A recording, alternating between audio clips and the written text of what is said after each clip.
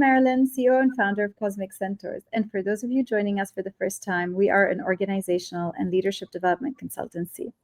We've been running the Cosmic Conference for 6 years, and one of our principles is that we really love to share what we learn with the world. So every year, we choose a theme that we think resonates with the leaders we work with. We started with navigating remote work, managing hybrid teams, designing great employee experiences, and strategy execution.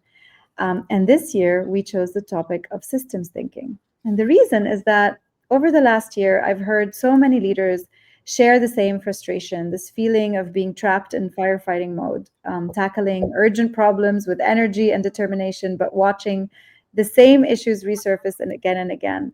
And what that revealed to me is not a failure of leadership or strategy, but a failure of the systems that they rely on or their understandings of them. And so that's why we chose the theme of this year. We want to learn what it really means to think in systems, why it matters for leaders today, and how we move from what can feel like a bit of an abstract concept to practical methods that we can bring into our day-to-day in our organizations. And these are the questions that we're hoping to answer together. Our session today is part of, by now, those of you who've attended some of our webinars, we have 3 tracks. One of them is Systems Thinking 101, and today is part of that track, just really understanding the core principles, the tools, the methods, and making all of this, what can seem really complex, simple. And today we're going to be breaking down systems thinking into simple, practical ways, understanding why it matters and how it can help leaders break and redesign sometimes the systems that they operate in. To guide us through this conversation, we're joined by 2 of the most influential voices on this topic, Dr. Laura and Dr. Derek Cabrera. Thank you so much for joining us. Thanks for having us. It's our pleasure. We're happy to be here. Let me tell everyone a little bit about you, and then we can jump right in. So Dr. Laura is the CEO and co-founder of Cabrera Research Lab. She teaches systems thinking and leadership at Cornell. She's led groundbreaking work to make systems science practical and accessible, from developing global systems thinking standards to applying research across education, government, and business. Her work has been recognized by the National Science Foundation and documented in the film Rethinking. Professor Derek Cabrera is a systems scientist and cognitive scientist, and also a member of the faculty at Cornell. He oversees the world's largest systems thinking conference and is co-host of the Cabrera Lab podcast, which, congratulations, just this week went from the top 3 to the top 1% of all podcasts worldwide. Yeah, that's beautiful. Nicely done, you guys.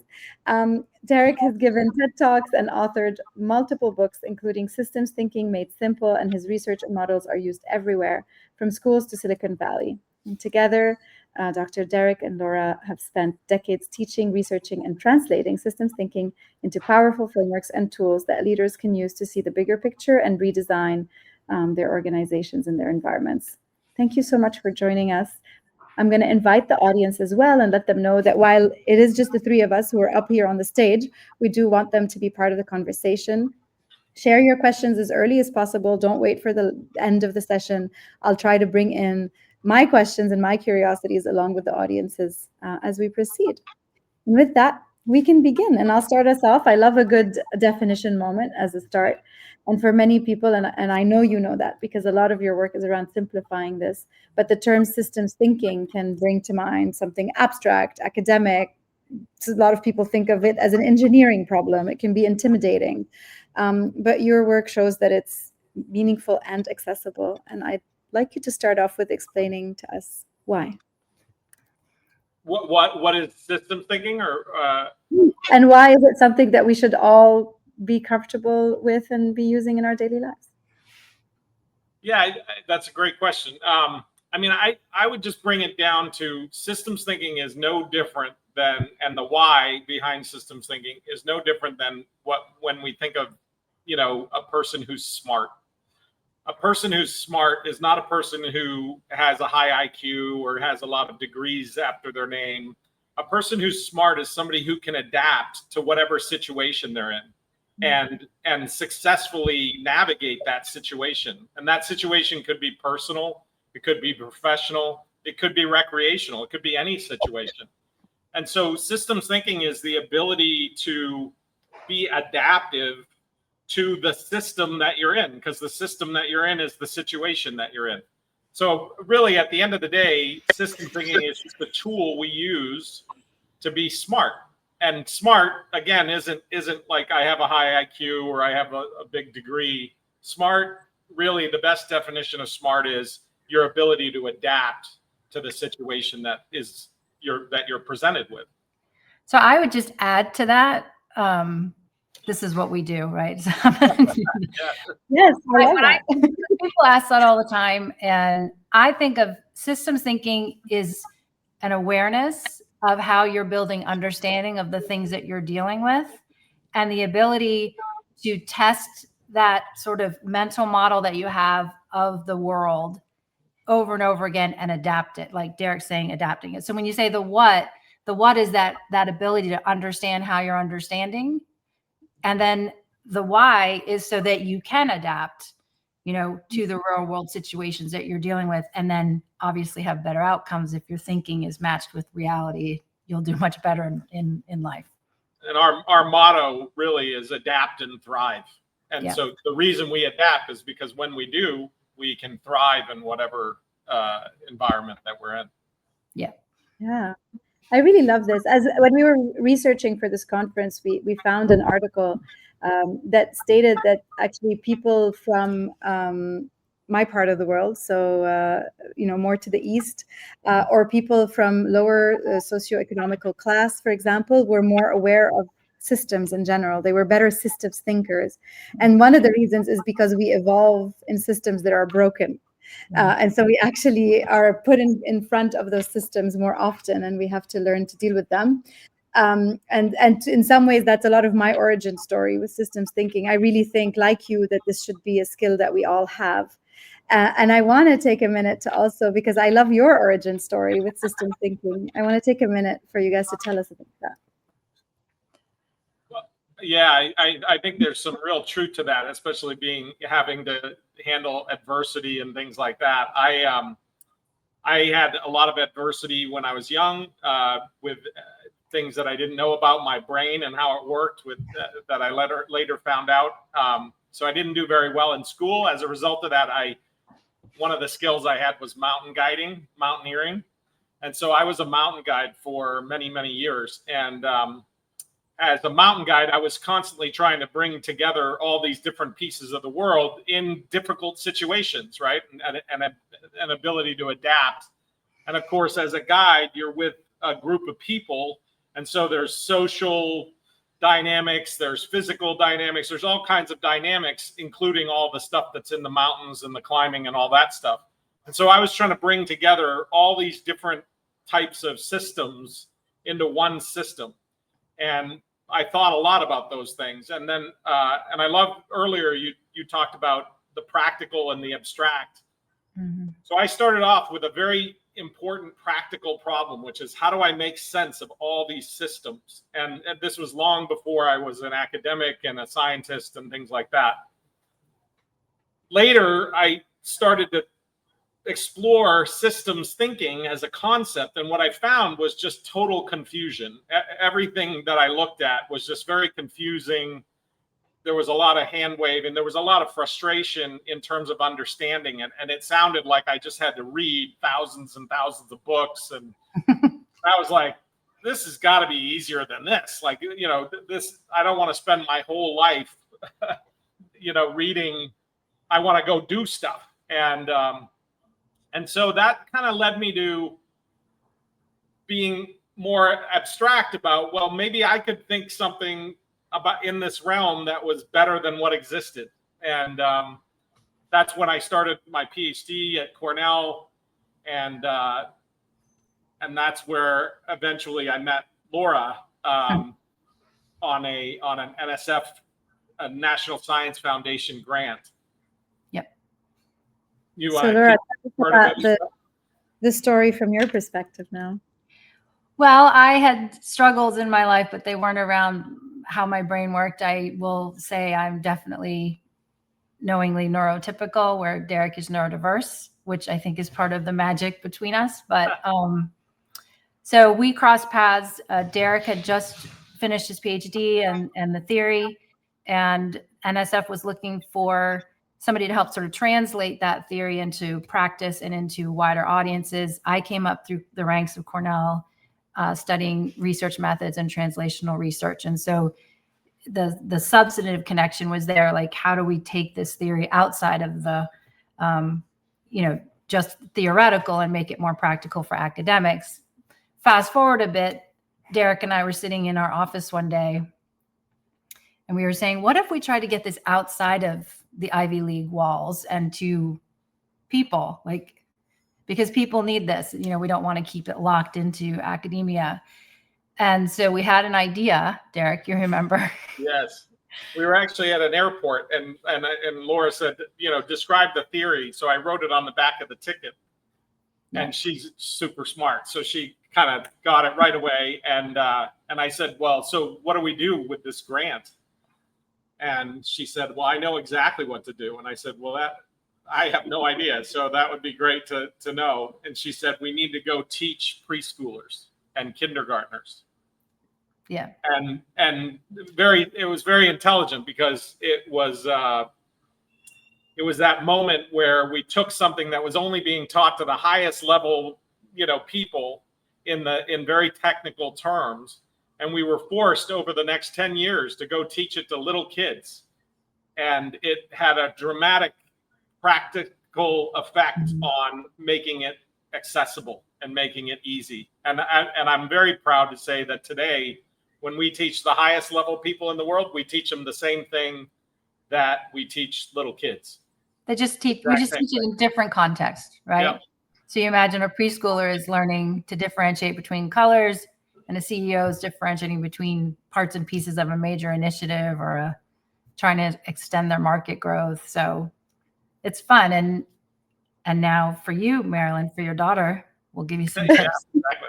She's just I'm definitely going to ask for tips, whether it be about my daughter, my partner, my job, my organization. Actually, in some ways, I really love that the idea is that if a concept is fundamentally strong enough, then it carries into any environment or any level of thinking, like a fractal almost, right? Like it can apply at all levels. I think that's really meaningful. And if you can make it make sense for a 3-year-old, then in principle, you should be able to make it make sense. Sometimes that's a lot harder. It's a lot easier to get 3-year-olds to do it. Because the 3-year-olds still believe in magic and the adults don't. But so if you were to then, let me ask you a simple question. So if systems thinking is like a pair of glasses and I put it on, what is that going to change in how I see the world? Oh, that's a good question. Derek, do you want me to start with that and you could chime in? Or? Sure. Well, if you think of systems thinking as a lens, what it really does is it allows you to see this sort of the underlying structure of the thoughts you're having, the distinctions you're making between and among ideas, the connections you're making between and among ideas, how you're organizing systems. You talk about fractal, across levels of scale, like parts of parts of parts, and then all of those things become a larger whole. And then obviously there's this whole idea of being able to take many different kinds of perspectives. So systems thinking as a lens, from the way that we think about it and teach it, is it gives you that insight into how you're structuring information to make it meaningful, how you're building what we would call a mental model. And once you understand how you're building that mental model, you understand other people are building mental models, and you also understand how to evolve your own mental models, right? So, Derek, I'm sure you have another way of thinking about it too. No, I think that's spot on. I guess I would say today we have the benefit of 35 years of research and a lot of results and findings.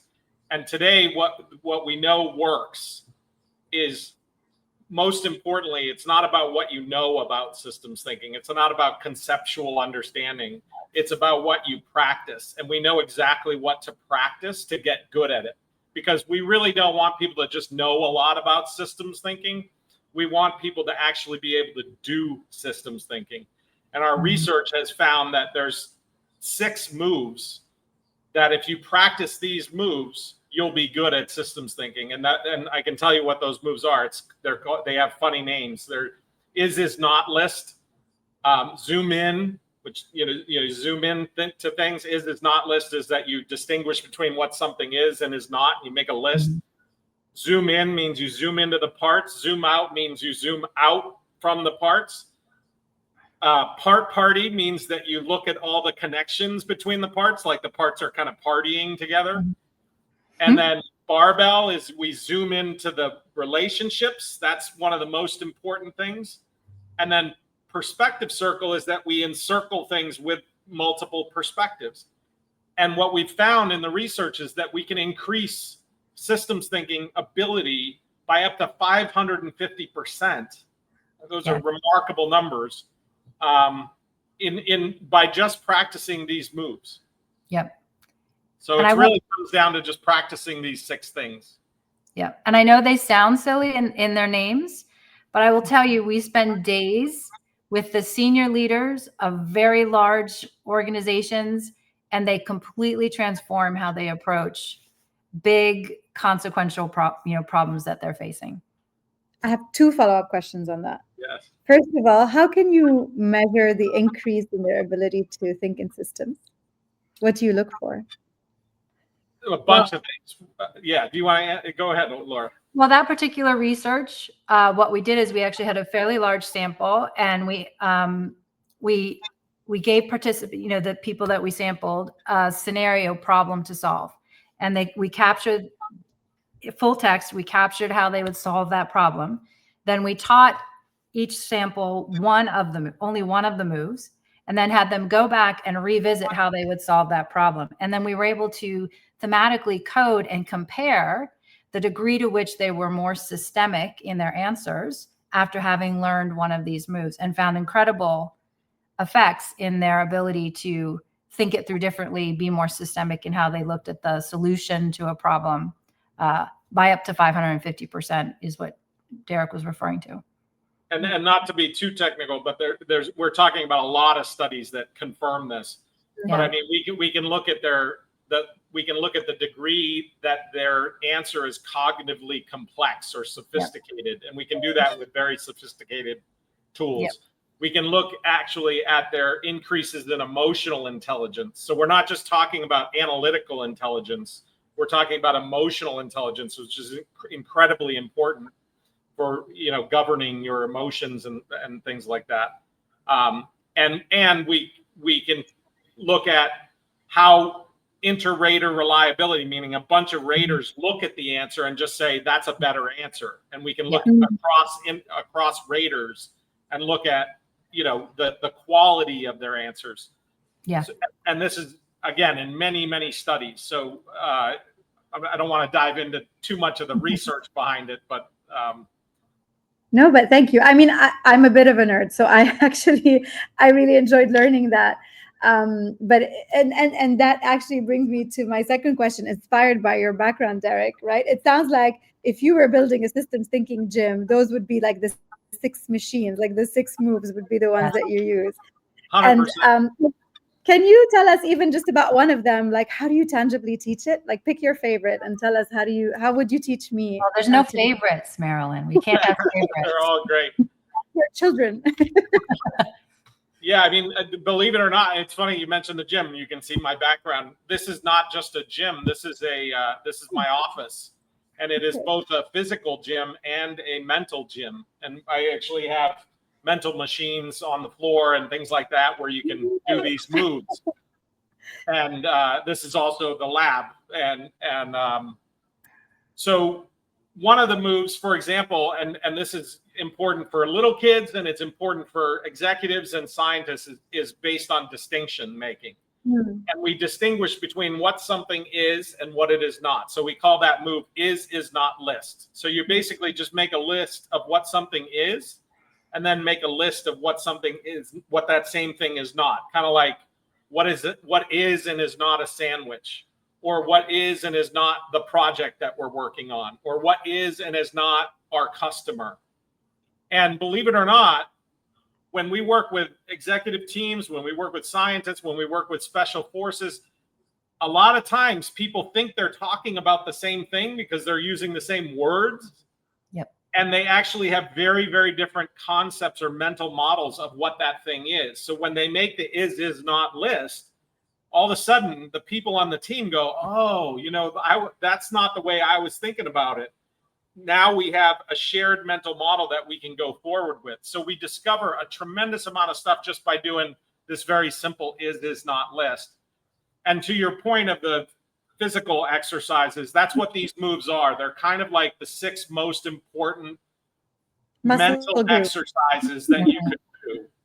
Yep. And just like in physical exercise, if you do squats, sit-ups, push-ups, pull-ups, those are going to pretty much cover the whole range of your body. These 6 moves are going to cover the full range of what systems thinking requires, and you can practice them and you can get good at them and you can start doing things that other people can't do.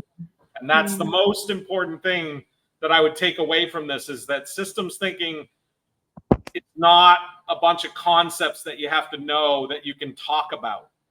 Systems thinking is a bunch of practices that you have to practice and do so that you can do things that other people can't do.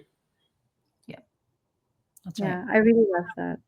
And I mean, whatever I teach any methodology, I always, I do this a lot with leaders and senior leaders. I'm like, okay, I'm going to talk to you about theory, but my hope is that you practice this enough time that after a while, this just becomes second nature. You don't even notice that you are doing is not, or zoom in, or whatever it may be. It just becomes simply how you think. And it sounds like that's also how you approach it. What's interesting is it is actually how you think. It's whether or not you're aware of how you're thinking. And then once you're aware of it, then it's sort of, second nature that you're actually doing it. And there is a deep theory behind it all. The theory is called DSRP 483. But the beauty of the moves is you don't have to learn all of the theoretical things that we know to be true from the science. All you have to focus on is practice these 6 moves, and you're going to get good at all that theoretical stuff. Yeah, just like you don't have to understand physics to be a great tennis player. Yeah, exactly. If you come to the gym and you just want to get in shape, you don't have to learn physiology to do it. You just have to learn how to do a push-up or a sit-up or something like that. And so the 6 moves kind of just get you in mental shape, basically. You have to learn the sit-up and you have to do the sit-ups. Yeah, you got to do the sit-up. You can't just learn, oh, that's a good one. Yeah, I like that one. You got to actually do the sit-up. You have to actually do them. We always use something called the mindset, the methodology, and the muscle. So you can want to learn it. I can teach you how to do it. But if you don't practice it, I'm not going to be able to help you. Exactly. Really echo that. I'd love for you maybe each to pick a story where when you worked, whether it be with a leader or someone in kindergarten or whatever the context is that speaks to you, a story of teaching those moves or helping someone to strengthen that muscle and what it changed for them or what it led to, that is one of your cherished moments in your journey of propagating this. We're getting old so that we have so many stories. So many stories, yeah. I'll start with one in sort of our old days. For a long time, we really were working with schools, preschoolers, all the way K to 12. And there's this one little girl, her name was Michaela, actually. She's probably 25 by now. We were teaching them, teaching this class, all of these different moves. And she was using is not list to understand something like colors or something. She was very little. And then she said, we were talking to her. She was actually in the documentary movie. And we were talking about, she's like, and I did is not list on my colors. She goes, and she said, and then I realized I can do is not list on why I like my brother and why I don't like my brother. And I can do is not list on this part of math. And then all of a sudden her eyes went, so I can do this everywhere. And it was just one of those moments where Derek and I were like, oh, that's what you want. You want a kid to feel like this is a little backpack that they're carrying, topic to topic, inside school, out of school, think about themselves, think about others. And we have a lot of sort of those kinds of stories in schools with kids. And then we have Derek, like CEOs and What's your favorite? Yeah, it's funny that the story I can remember, just to get the full range of it, because we have so many stories that we've seen of remarkable things happening. But I'll never forget a time where we were working with a very senior, multi-billion-dollar company, the senior team. I'm in a room facilitating these very technical, difficult discussions that are emotionally heated. The CEO and one of the VPs is having this really conflictual conversation about, I can't really share all the technical details of what they're talking about, but they're having a really technical conversation and really a heated emotional conversation in front of everybody, to the point where you can kind of tell the CEO is like kind of fed up with this person, and it's not going well for that person, right? It was an awkward moment. It was an awkward moment. But I let it go because I wanted to show them what was going to happen, and you can sort of see the train wreck happening. And they're, like I said, very conflictual. And I said, okay, now's the time. We're gonna pause for a second. We're gonna walk over to these tables. We have these things called think blocks, which are dry erasable blocks and cards that we actually model thought using these moves. And I said, let's instead of just talking, let's build based on the moves. And we built what they were talking about again.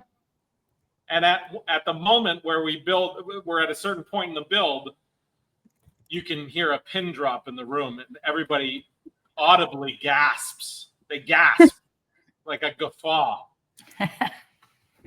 And everybody realizes that the thing that the CEO and the VP was talking about, they were talking about one thing. That thing existed in two different places in the organization, and they were actually talking about totally different things. Wow. They didn't know that they were talking about different things, but they were actually talking about completely different things. And in that moment, they both went, oh, wow, we're talking about different things. I totally agree with you. Yeah. And it was like, so this was a moment that was absolutely going to explode into Armageddon. And instead it was like just a misunderstanding of. It was a distinction error. It was a distinction error, basically.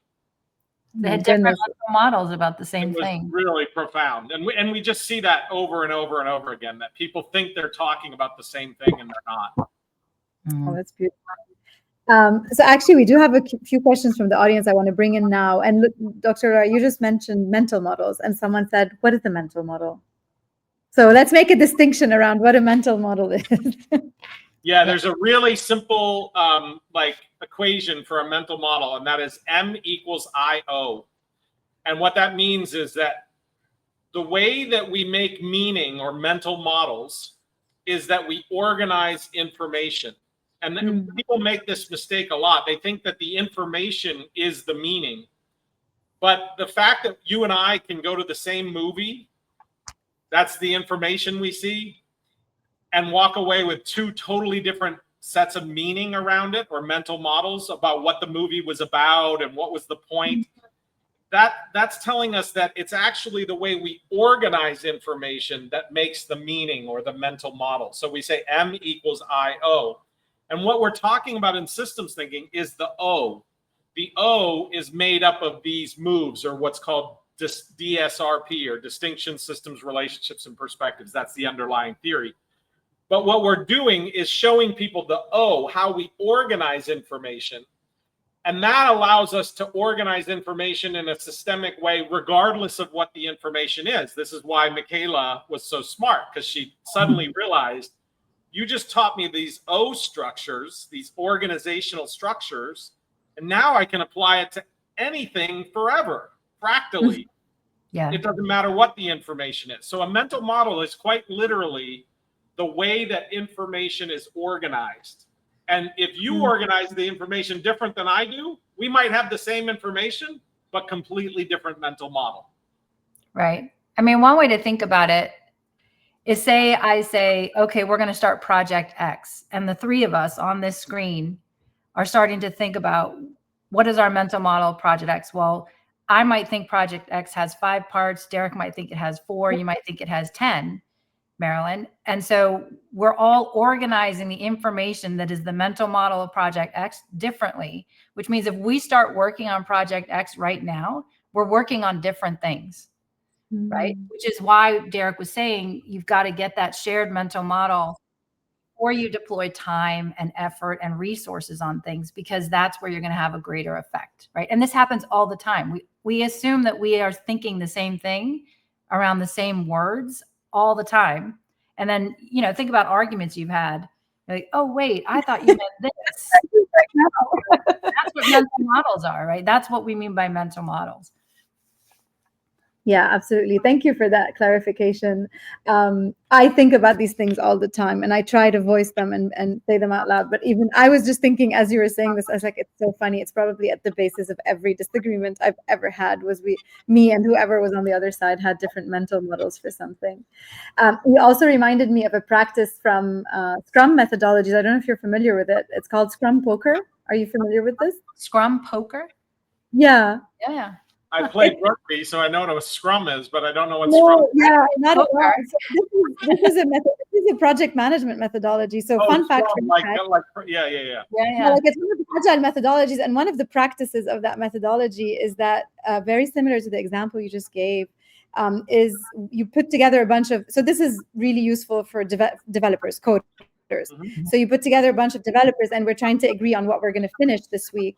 And to your point, like I might be a more experienced developer, and I might think that something can get done in 2 hours, and maybe my colleague Marie thinks it's an 8-hour problem.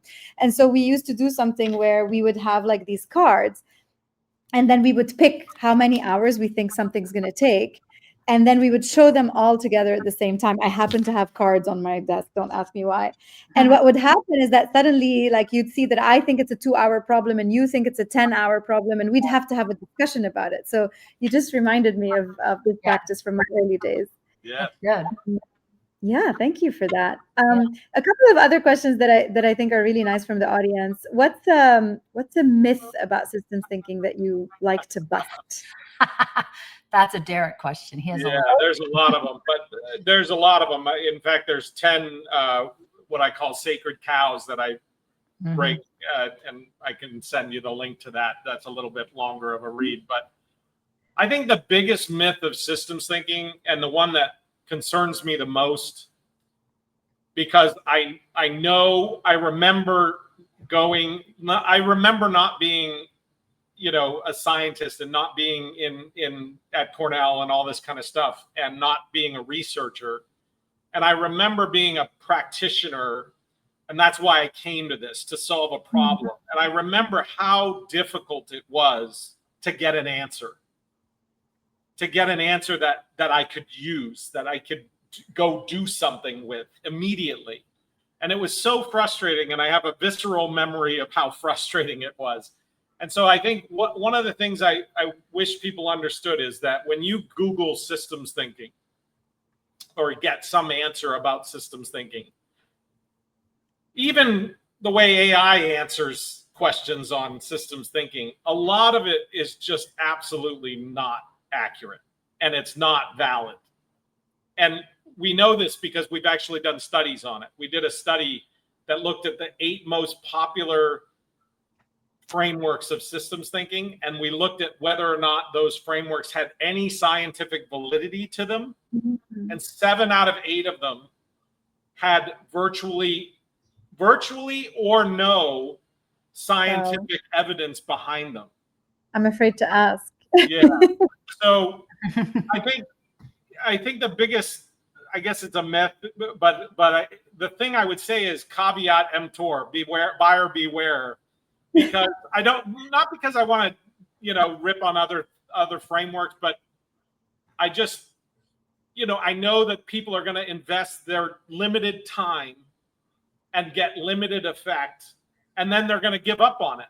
And that worries me greatly, because I know exactly the situation they're in, and I know what they need, and I know what they want. And I worry, oh, geez, they're going to put a bunch of effort in, and they're not going to get what they're looking for. And so that would be my biggest thing is caveat emptor, buyer beware. Just like any other world, when you go buy a dishwasher, there's some good ones and there's some crappy ones. So the only thing I would add to what you're saying is because, I did not come up through the ranks in the university studying systems thinking. I came into it later in life, and because of Derek, obviously, but thankfully also, I think the biggest misperception about it is that it's a very academic set of methodologies that are context specific. And the truth is, when you really seek to understand it, systems thinking is really a set of universal skills that actually are underlying all of those methods that we know of. And so if you learn those universal skills, then you have a facility in all of the contexts, right? To understand the systems more fully and to understand how you're thinking about them. And then to bring your thinking in alignment with how those things are happening. But I think most people think it's this academic set of really impenetrable methodologies, and it's not. Okay, let's stay on this one. A lot of the times what I might say or hear about systems thinking is, I don't have time for this. Right. Yes. That's a common objection because it does feel like it's a process. How would you counteract that argument? You don't have time. You don't have time not to.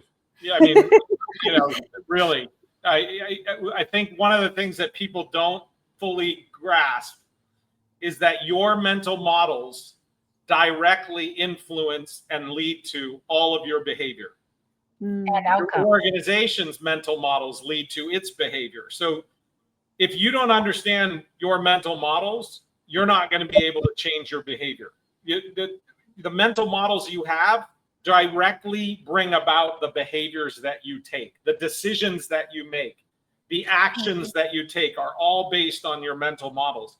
And so, people keep behaving in a particular way and then getting the same results, and then they think that they changed their behavior, but really they just changed the surface level descriptions, and then they behave the same way again and they get the same results because the underlying structure of the behavior is the same, right? We do this all the time in dating. We date like 5 people and we go, well, each of those 5 people were totally different. Not 5 people at once. Because they had different names. You're like, no, they weren't different. They were structurally exactly the same. Like you're dating the same person over and over again with different names. And you're wondering why you have the same relationship that's not working, So it's the same thing. I don't know if that makes any sense, but that makes a lot of sense. It's reminding me of a quote that's attributed to Einstein, where he says insanity is doing the same thing over and over again and expecting different results, right? Right, but it's also analogous to solving a problem without understanding the problem, right? So in other words, you're going to have outcomes and you're going to make choices and you're going to have behaviors. Why not have them be informed by understanding how you're thinking about those things in the first place, which is basically an awareness of your own mental models, right? Because all of those things are going to happen and you're not saving any time because you're repeating, like Derek's saying, you're repeating the same bad outcomes. The only way to stop putting out fires, right, is to change it so you don't have sparks in the first place, which is you go back and you change the original condition there so that you're ahead of that game. You don't want to, how many times do we talk to people, Derek, in the room, and they're like, oh, I'm so busy and I'm constantly putting out fires. I don't have time to think this through or to start this or to start, and it's like, you got to slow down for just a second, become a little bit more aware, and then you'll have different outcomes. Yeah. And I can't tell you the number of times we work with groups where they're about to start a project, let's say, and they don't have time to sit and get on the same page on the project. And you go, okay, you don't have time to do that. So that's going to be a quick meeting. And then you're going to all go do stuff. And then 6 months later, they realize like, oh, we've all been doing different things because none of us understood collectively what the project was. And you're like, how much time was spent and resources and money was spent during those 6 months. So you do have the time. You're just otherizing the waste of time, right? You're just, that's called an externality. You're creating an externality out of those 6 months of wasted time. And you're not counting that as time. You're counting that as just like, oh, we were learning. No, you didn't have the time to waste those 6 months. Yeah, absolutely. I love that. I call it borrowing time from the future. Yes, exactly. Because you're going to waste this time anyways. I'm just asking you to do it now for something that's going to help save some in the future. Maybe another thing that I often see is like, let's say a leader or a decision maker or a group of people will take the time to think meaningfully about the system they're, wanting to change. They will find their leverage point. They will take action, but they don't wait long enough for the system to readjust or for the feedback loop. They don't have a good intuition about how long we should wait for this action to take root and to actually lead to change. How do you talk to people about that? Well, there's two things. One is what we call the love reality loop, which is the loop between your mental model and reality. So what we want to do is constantly be testing those things and understand that there is a delay. There's a saying in systems thinking that we sometimes use, which is cause and effect, or the action and the reaction of a relationship are not neighbors on a timeline, meaning they don't live together on a timeline. Sometimes the action is here and the reaction is down here. And so just remembering that there's delay, and the human mind, we know from research, the human mind is not terribly great at delay. So that's one of our biases. Our bias is that we're not going to take into account the relational delay. And so if we know that bias, just like if you have a bias of like, I love cake, well, then, stay away from cake most times or something like that. And we know that bias, we can incorporate that into our thinking. We can say, okay, remember, there could be delay here. And it's just practice, right? That's the most important part, is that you get good at doing that by practicing that. Not by knowing the concept, but by practicing it. And then when is it time to declare that whatever action you took has failed to deliver the outcome that you were hoping for?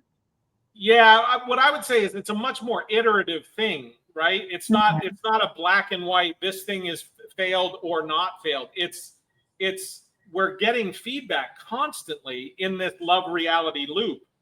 Right. And what we want to do is make micro feedback, micro adjustment before you fail. Anybody that's ever been good at something knows you didn't get good at it right away. Right. You didn't get good at it in one fell swoop. You got good at it by incremental, better everyday progress. And that progress is based on little feedbacks and little tests against reality. So I would just, failure and success being essentially a lifetime set of failures. I'm really good at failure. Like, I think failure is my that's my gift, is that I'm super good at failing over and over again, and then just keep going. But you learn along the way. I learn. Right. That's really important. I literally failed out of high school. Like and now I'm, I guess people think I'm academic or something, but I'm you really have not. a PhD, yeah. I'm pretty basic. You do. Try as you might to deny it. Yeah, but I think the point is, the point that, to your question, Marilyn, is, all of that comes out in the explicit articulation of a shared mental model before you begin. How long are we going to wait? How often are we going to take iterative feedback and adjust? So that's all part of the plan, right? You actually plan for that to avoid what we're talking about, which is too far down the road, waste of time, money, energy, failure, right? Yeah, so you should never really get to that point, because you've already made micro adjustments. Yeah. Thank you. I have 3 leaders in my mind that I'm sending this podcast to. Let me tell you. And one of the things that I wanted to make sure we had time to discuss is I've been listening to a lot of your podcast episodes, and one of the things that I really love about how you approach this topic is that you really make it very personal. And there was an episode recently where you spoke about how you use systems thinking in your couple as partners and also co-creators, and you have so many different partnerships in your lives, so many levels of partnerships. And I remember, Laura, when you and I met, we spoke a little bit about how you do it with your kids as well. Yeah. I'd love for you to tell us a little bit about how you bring that into the personal and not simply keep it a tool for academic, as you said, thinking, or professional. Yeah, I mean, I think for me, when we say professional, we really mean it. When we say the personal part of it, once you have an awareness of how you're understanding things, that will permeate all of the aspects of your life. So, for example, with us, I mean, this house is very much about understanding our own mental models, seeking to understand other people's mental models. So, for example, we've always, I mean, our kids you should talk to our kids. They could tell you stories. But, for example, from very young on, sorting the groceries, what is something that goes in the fridge? What is not something that goes in the fridge? That's a very simple example. You think about the dinner table when we're struggling with teaching them manners.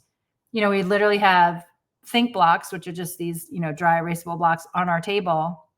And we have a conversation. What are the parts of manners, right? It's eating, it's conversation, it's, wiping your mouth, it's listening to others. And then there's always love. We always throw in the block for love, right? And so then if a kid's like, I'm done eating, dinner's over, we're like, wait a minute, what are the parts of dinner that you're free? So there's a way to get kids to really understand that. And I will say, and this is relevant for you having such a young daughter, watch when school starts to train them out of that, right? Out of the curiosity, out of that understanding. But, the other thing is, it's all about, and as they get to be teenagers, where the mental models that they're building are incredibly important and about things that have greater consequences. And you're talking about the risk of driving. Well, what's my perspective on you driving? What's your perspective? And how do we get a shared mental model of you having the independence and freedom you like, but in the guardrails of what we consider to be safe, right? Like, what are the limits that we're going to put on? So there's all kinds of places for that. And I think for me, I mean, Derek and I, we just did an episode because it was our wedding anniversary a month ago. And I was thinking about, I was reflecting. I think that one of the biggest things is when we're talking, and we don't actually disagree often because I'm always aware that he's possibly building a completely different mental model than I am. And so we're talking about what is each of our understanding before we're arguing about anything, right? Because I know that I need to understand, so we have this language around, the differences in how we're thinking about things. I don't know, Derek. I think it's so different, like, and that's why we say professional, because what Laura's talking about in the relationship is the same as what's happening in the office, right? Yeah. I think it's so different to say you have a mental model and I have a mental model, and let's navigate how we bring them together to a common understanding, versus most conversations are like, I think this, you think that, let's see who's right. Yeah. Right? Like, or argue about who's right or who's wrong. And I just don't find that very useful, because we're almost always wrong about something, and we're almost always right about something. Like, right and wrong happen in percentages, not black and whites. Yeah, and so what I want to do is kind of navigate, well, let's build a mental model together that works for the situation. And you've got parts of it and I've got parts of it. Yeah. Yeah, I really like that. Something I always say is, I don't want to be right, I want to be married. So let's figure this out, because being right is not the ultimate outcome here. One of the ways that you mentioned you're very different, and Felix, so Billy is asking this question specifically, is, Laura, you said, I'm the most neurotypical person you've met, and Derek is more neurodivergent. I also have this situation with my best friend, for example, and Billy's asking, how do specific character traits and neurodivergent profiles shape either being really good at or having blind spots when it comes to practicing systems thinking? Oh, That's a big one. good question. There's a lot of research I could share with you, but I don't want to nerd out too much on the research. So what I would say is that they have exactly what you said. They have different blind spots. So a neurotypical person might, I don't want to go too technical, but a neurotypical person might do certain things really well, whereas a neurodivergent person might like really see like a bunch of stuff. They'll see the relationships and they'll see the different perspectives, but they won't be able to contain it. They won't be able to, what we call compression. They won't be able to compress it down to something that's understandable. So a lot of times neurodivergent people see things that others don't see, but they can't say things that others can understand. And a lot of times neurotypical people can say things that people can understand, but they don't see things that are there. And so when you bring those two together, you get a very powerful mix of what we see and what exists in reality versus what we can say and communicate that what we're seeing. I think that's really, in a nutshell, I mean, that's the non-technical version of what the research says, but yeah, but I also would say whether you're neurotypical, neurodiverse, you are building mental models and understanding how you're building them. Even if, for example, in Derek's case, he's building them in a very different way than I am. Knowing that, just in our relationship, I understand in many ways the difference in how we both process and think things through and build mental models, which allows for the conversation to be very different and to almost honor both of our ways of thinking, right? Because they're just ways of thinking. Neither's more right than the other. They're just different. So I think that's important, to realize that. I will also say, before I learned systems thinking, I was a very linear linguistic learner. And as I started to learn systems thinking, I now would say that I've actually molded my brain slightly differently, where I now am more visual.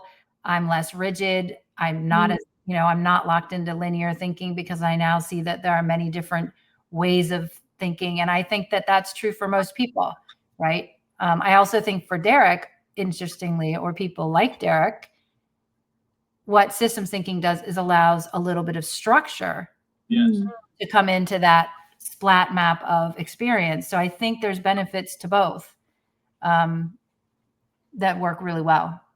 Yeah, absolutely. I mean, I'm probably, my best friend says I'm the most neurotypical person she knows. So I would be sitting here with you, Laura. But I actually think I've had a lot of partnerships in my life, whether with her, with my first boss, who was, on the other end of the spectrum, maybe closer to where you are, Derek. And our partnership was really strong precisely because of this, because I'm really good at understanding what they're trying to say and translating it so that everybody else can understand. But I don't necessarily have their capacity for seeing the world through their eyes, but I still get it and I can simplify it for someone. So I really understand that. I will take 2 more questions from the audience. There are a couple more we won't have time for, but I'll tag you if you don't mind answering them later in writing, but just to keep, time. One of them is simply, where do you see people stumble when they try to apply systems thinking? People or orgs? People. Well, whichever one you want to answer. Tell me both. I think the number one struggle is, and it's much deeper than just systems thinking. It's the way we're kind of taught educationally. The biggest struggle is people think that in order to learn more, they have to learn more. More information. Like if you think about an advanced placement course in high school, what's the difference between that and the regular course? It's just more, you cover more stuff. And I think less is more. If you look at the best people in the world at anything, if you look at the Michael Jordan of basketball, or whatever it is, if you look at what they actually do, they practice the fundamentals repetitively. They don't learn more. They get really, really good at the fundamentals, and they practice the fundamentals. It's not just conceptual knowing, it's practicing the fundamentals over. In other words, Michael Jordan, he shoots, he dribbles, he passes, then he mixes passing, shooting, and dribbling, and he keeps doing it his whole life. So I think that's the biggest problem that you get, is because when you get especially a really like person that thinks they're pretty sharp and all that, they've been told that they're really sharp, they've gotten good grades and all that, they come to you and they go, you go, hey, try this move, and they go, okay, yeah, now I understand that move. Yeah. And you're like, yeah, like I understand push-ups. I can show you how to do in 10 seconds. But you got to do hundreds of push-ups to get a strong chest and arms, right? So you're not going to be good at it if you don't practice. And we, in the organizational realm, we have this all wrong. If you look at top performers, we work with special forces, we work with pro athletes, we work with top scientists, we work with some of the top performers, musicians. Every single one of them, if you look at their work week, it's more training, more practice than performance. Yeah. But then you go into the organizational world and it's almost all performance. And then, the practice is that one day of training. Yeah. And the people are exhausted by the time they get there. And they're like, oh my God, I don't have time to do this training. And they barely even pay attention to it. It should be totally flipped. It should be more practice and then performance, and then practice and then performance. If we don't get over that paradigm of learning and education, then you're probably not going to get good at it. Sure. That's like super wise. And you're making me think about a feedback session once where I was like, we have a competency model, like you have to be good at these things to be good at our job.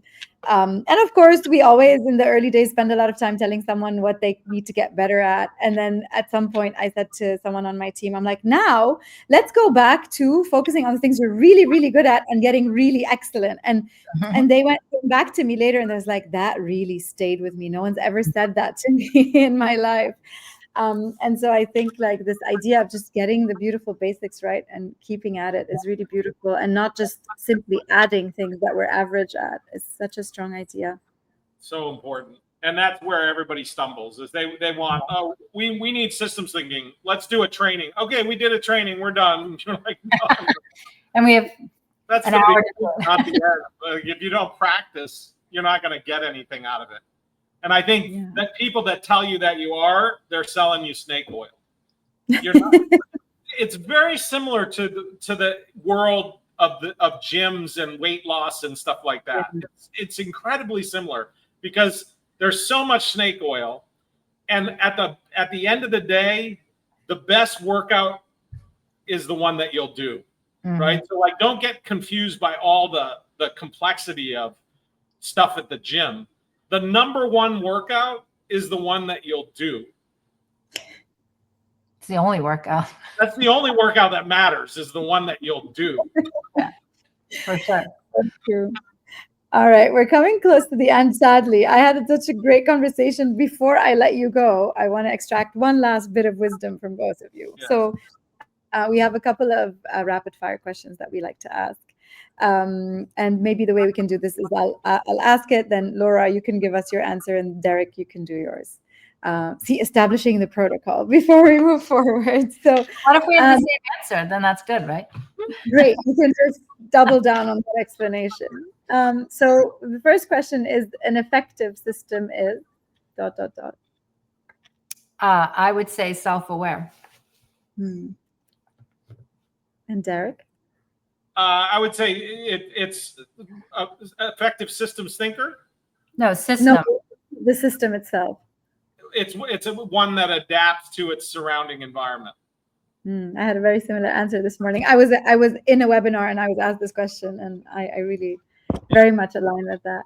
I know you said you couldn't, but if you had to, what's your favorite systems thinking tool? And you can definitely name your own. Laura? Well, I would say the 6 moves, but I do actually have a favorite of the moves, which is RDS barbell. I think is the most transformative for people. Can you tell us what that is?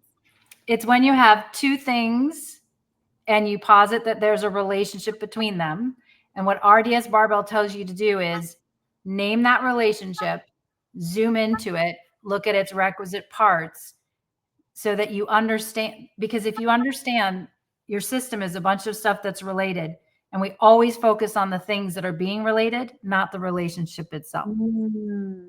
So you're zooming into the relationship.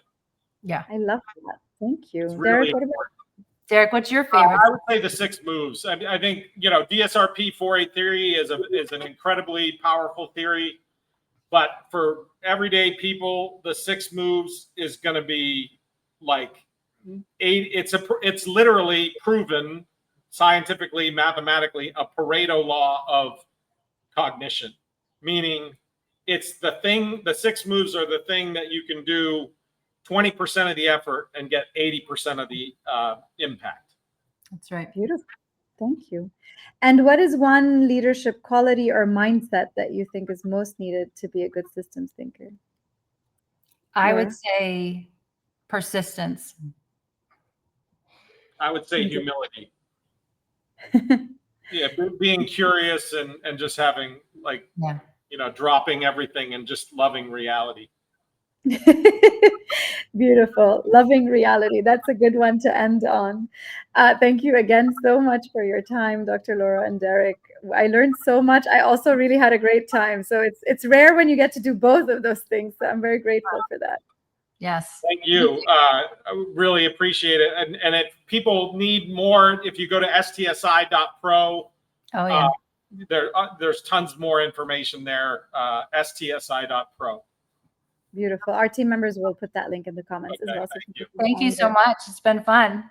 Yeah, it's been absolutely fun. So to everyone who's still here with us, our attendees, and the great questions that they asked, including, by the way, I should mention one of your old students joined us and said that, I will find their name. Hold on, I'm scrolling up. It's pretty high up in the comments, but said that they had been taught by you and that they had really, Austin, I think, Austin Wiggins. Really enjoyed it. So shout out to Austin and everybody else who was here. The video will be available. So if anybody who's here wants to share it with anyone, you just give them the same link and they can come here and rewatch it. And then this week is really busy. We have 6 webinars. So I think the next session is tomorrow afternoon at 4 p.m. And we'll be joined by Daniel Delati and Mazuba Hanyama, who are going to talk to us about how to design systems for lasting impact. Thank you once again, everyone, for being here, and see you tomorrow.